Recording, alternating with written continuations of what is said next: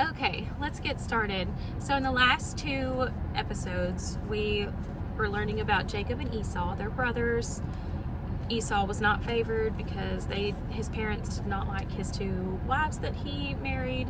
They really favored Jacob, and his mom helped him trick Esau out of his blessings. And so Jacob stole the two blessings from Esau, and Esau was seeking revenge, so Jacob had to leave. Then he met his future father-in-law, Laban. Laban tricked him. He wanted to marry Rachel, but he made him marry Leah first, and then he got to marry Rachel. And then he ended up having 4 wives after that, several children. And then it looks like he was ready to leave with what he had promised, because he had been working for Laban, so it looks like he was trying to get a herd built up as current, I guess that was their currency back then, so he could eventually go home with all his wives and children. And so I guess Laban kept trying to trick him, so he finally just got fed up with it, and he's trying to gather up all his wives and children right now and all his herd that he had acquired over this, and he's now trying to just flee from his father-in-law. And so through all this, God did say, he was going to be with him. He chose him as well. God said he was going to be with them, but it doesn't mean he was going to be able to escape punishment too. I think that's where we all kind of get a little caught up. We all think that if God chooses someone, they're just, they're free from punishment. And it looks like he's still getting somewhat punished for some of the things that he did. So, everybody is still going to be accountable. All right, so it says, Laban pursues Jacob. On the 3rd day, Laban was told that Jacob had fled. Taking his relatives with him, he pursued Jacob for 7 days and caught up with him in the hill country of Gilead. Then God came to Laban the Aramean in a dream at night and said to him, "Be careful not to say anything to Jacob, either good or bad." Jacob had pitched his tent in the hill country of Gilead when Laban overtook him. And Laban and his relatives camped there too. Then Laban said to Jacob, "What have you done? You've deceived me, and you've carried off my daughters like captives in war. Why did you run off secretly and deceive me? Why didn't you tell me so I couldn't send you away with joy and singing to the music of timbrels and harps? You didn't even let me kiss my grandchildren and my daughters goodbye. You have done a foolish thing. I have the power to harm you, but last night the God of your father said to me, 'Be careful not to say anything to Jacob, either good or bad.' Now you have gone off because you longed to return to your father's household. But why did you steal my gods?" Because Jacob answered Laban, "I was afraid because I thought you would take your daughters away from me by force. But if you find anyone who has your gods, that person shall not live. In the presence of our relatives, see for yourself whether there is anything of yours here with me, and if so, take it." Now Jacob did not know that Rachel had stolen the gods. So Laban went into Jacob's tent, and into Leah's tent, and into the tent of the 2 female servants, but he found nothing. And he came out of Leah's tent, he entered Rachel's tent. Now Rachel had taken the household gods and put them inside her camel's saddle, and was sitting on them. Laban searched through everything in the tent, but found nothing. Rachel said to her father, "Don't be angry, my lord, that I cannot stand up in your presence. I am having my period." She's crafty. So he searched, but could not find the household gods. Jacob was angry and took Laban to task. "What is my crime?" he asked Laban. "Have I wronged you that you hunt me down? Now that you have searched through all my goods, what have you found that belongs to your household? Put it here in front of your relatives and mine, and let them judge between the 2 of us. I have been with you for 20 years now. Your sheep and goats have not miscarried, nor have I eaten rams from your flocks. I did not bring your animals, torn by wild beasts.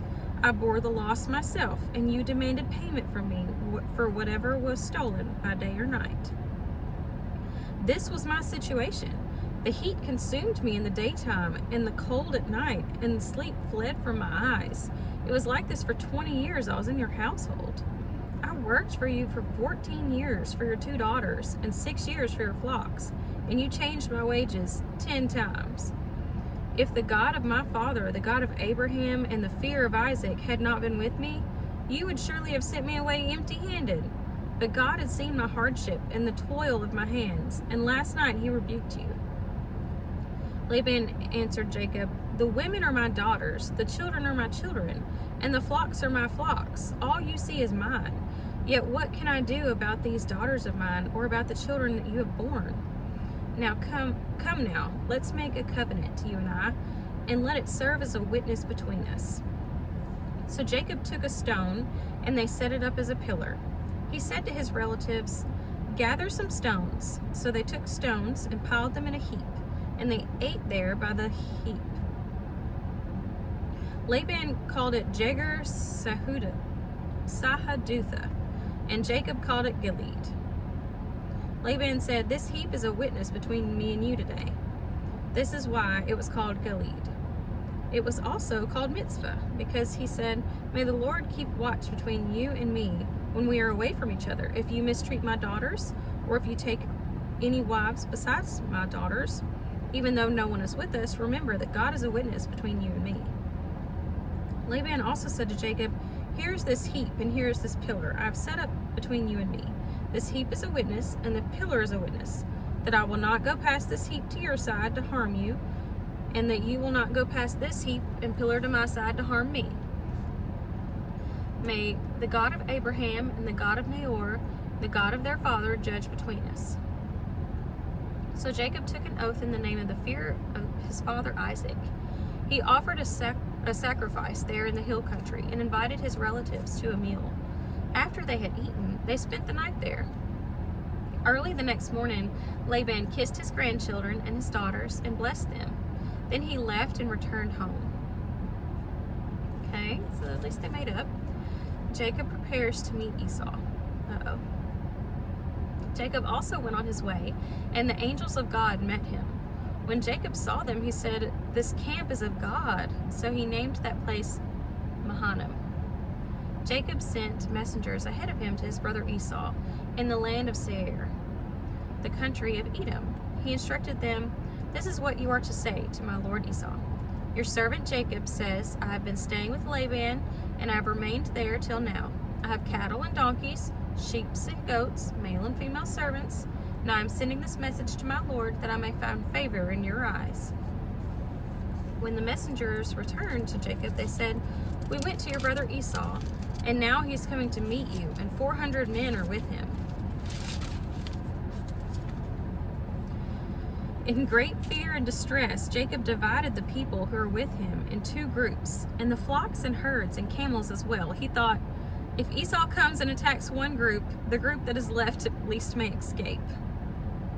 Then Jacob prayed, "O God of my father Abraham, God of my father Isaac, Lord, you who have said to me, 'Go back to your country and your relatives, and I will make you prosper.' I am unworthy of all the kindness and faithfulness you have shown your servant. I had only my staff when I crossed this Jordan, but now I have become two camps. Save me, I pray, from the hand of my brother Esau, for I'm afraid he will come and attack me, and also the mothers with their children. But you have said, 'I will surely make you prosper, and will make your descendants like the sand of the sea, which cannot be counted.'" He spent the night there, and from what he had with him, he selected a gift for his brother Esau: 200 female goats and 20 male goats, 200 ewes and 20 rams, 30 camels with their young, 40 cows and 10 bulls, and 20 female donkeys and 10 male donkeys. He put them in the care of his servants, each herd by itself, and said to the servants, "Go ahead of me and keep some space between the herds." He instructed the one in the lead, "When my brother Esau meets you and asks, 'Who do you belong to, and where are you going, and who owns all these animals in front of you?' then you are to say, 'They belong to your servant Jacob. They are a gift sent to my lord Esau, and he is coming behind us.'" He also instructed the second, the third, and all the others who followed the herds. "You are to say the same thing to Esau when you meet him, and be sure to say, 'Your servant Jacob is coming behind us.' For he thought, 'I will pacify him with these gifts, and I am sending on ahead.'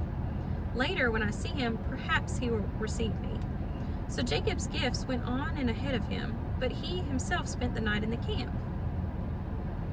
And then it says Jacob wrestles with God. That night, Jacob got up and took his 2 wives, his 2 female servants, and his 11 sons, and crossed the ford in Jabbok. After he sent them across the stream, he sent over all his possessions. So Jacob was left alone, and a man wrestled with him till daybreak. When the man saw that he could not overpower him, he touched the socket of Jacob's hip, so that his hip was wrenched as he wrestled with the man. Then the man said, "Let me go, for it's daybreak." But Jacob replied, "I will not let you go unless you bless me." The man asked him, "What is your name?" "Jacob," he answered. The man said, "Your name will no longer be Jacob, but Israel, because you have struggled with God and with humans and have overcome." Jacob said, "Please tell me your name." But he replied, "Why do you ask my name?" Then he blessed him there. So Jacob called the place Peniel, saying, "It is because I saw God face to face, and yet my life was spared." The sun rose above him, and he passed Peniel, and he was limping because of his hip. Therefore, to this day, the Israelites do not eat the tendon attached to the socket of the hip, because the socket of Jacob's hip was touched near the tendon. Well, I guess at least he's scrappy. We'll give him that. Jacob looked up, and there was Esau coming with 400 men. So he divided the children among Leah, Rachel, and 2 female servants. He put the female servants with their children in front, Leah and her children next, and Rachel and Joseph in the rear.